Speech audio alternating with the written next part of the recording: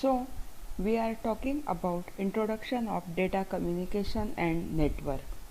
Let us talk about the internet. Internet, it is composed of first of all net means number of networks and inter means interconnected. So we assume to be why it is worldwide globe-wise network, but we will see formal meaning and definition. The internet has many aspects of our daily lives. It has affected the way we do business as well as the way we spend our leisure time. The internet is a communication system that has brought a wealth of information to our fingerprints and organized it for our use. Without internet, life is standstill, and whether it is banking, booking or tickets, paying bills, everything use internet. The topics which we are discussing in these sections are the brief history of internet and the internet today, that is internet service providers. Now the brief history of the internet. So a network is group of connected communicating devices such as computers and printers. All the computers and printers will connect to the internet. We have already seen that what do you mean by network? An internet is two or more networks that can communicate to each other. Suppose this is the one computer and this is another computer or printer and they are connected to the same network.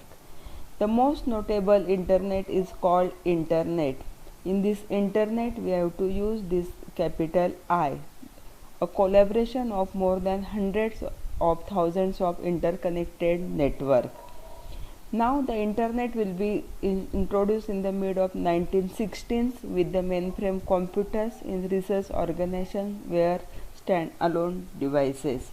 We are interested in the Advanced Research Project Agency, we will also call as ARPA, or which is in the Department of Defense, we will call DOD, was interested in finding a way to connect computers so that the researchers they funded could share their findings, thereby reducing the cost and eliminating duplications of the efforts. Now in 1967, the Association of Computing Machinery ACM and ARPA presented the basic idea of ARPANET. This is the ARPANET, which is a small network of connected computers. The idea was that each host computer or the mainframe computer would be attached to a specialized computer. We will call it as Interface Message Processor or IMP. The IMP in turn would be connected to each other, that is the interface message processors are connected to each other. Each IMP had to be able to communicate with other IMPs as well as its own attached host. By the year of 1969, the ARPANET was reality. 4 nodes at the University of California, the University of California at Santa Barbara, Stand Research Institute and University of Utah was connected via the IMPs to form a network. Now the software called the Network Control Protocol, or we will also call as NCP, provided communication between the host. By 1972, the Winsep and Bobcon outlined the protocols to achieve end-to-end delivery of packets. The data which is transmitted by internet is in the form of packets. Afterwards, shortly thereafter, authorities made decision to split TCP into 2 protocols. The main protocols we will call as Transmission Control Protocol and Internetwing Protocol, that we will see in details afterward in the next chapters. Now, what that internet today is giving us? The internet today is the internet service providers. Then other type of internet is national internet service provider that are using network access point. We will also call that as NAPS. Then other type is regional internet service provider, in which they are connected to one or more national ISPs, and it is the third level of hierarchy. And the last one is the local internet service providers. Now this diagram is showing hierarchical organization of the internet. First is the structure of national ISP. There is one national ISP and number of regional ISPs are connected by using the switch. And for the regional ISP, we are again connecting to the ISP, that is the three-way hierarchy, that is national ISP. And other one is interconnection of national ISP. Number of national ISPs we are connected by using the NAB. This is interconnection of national ISPs. Now protocols. What is the protocols actually? A protocol is a synonymous with rule. It consists of set of rules that governs data communication. It determines what is communicated, how it is communicated, and when it is communicated. The key elements of protocols are syntax, semantics, and timings. Now the topics which we have to discuss in protocols is protocols, then standards, what are the standards organizations, and what are the internet standards. Now first of all we will see protocol. Now what actually the protocol consists of, or what is the protocol? That is an entity in anything capable of sending or receiving the information, that is called as the protocol. A protocol defines what is communicated, how it is communicated, and when it is communicated. Means the protocol consists of from the three words what, how, and when. The first part of protocol is the syntax.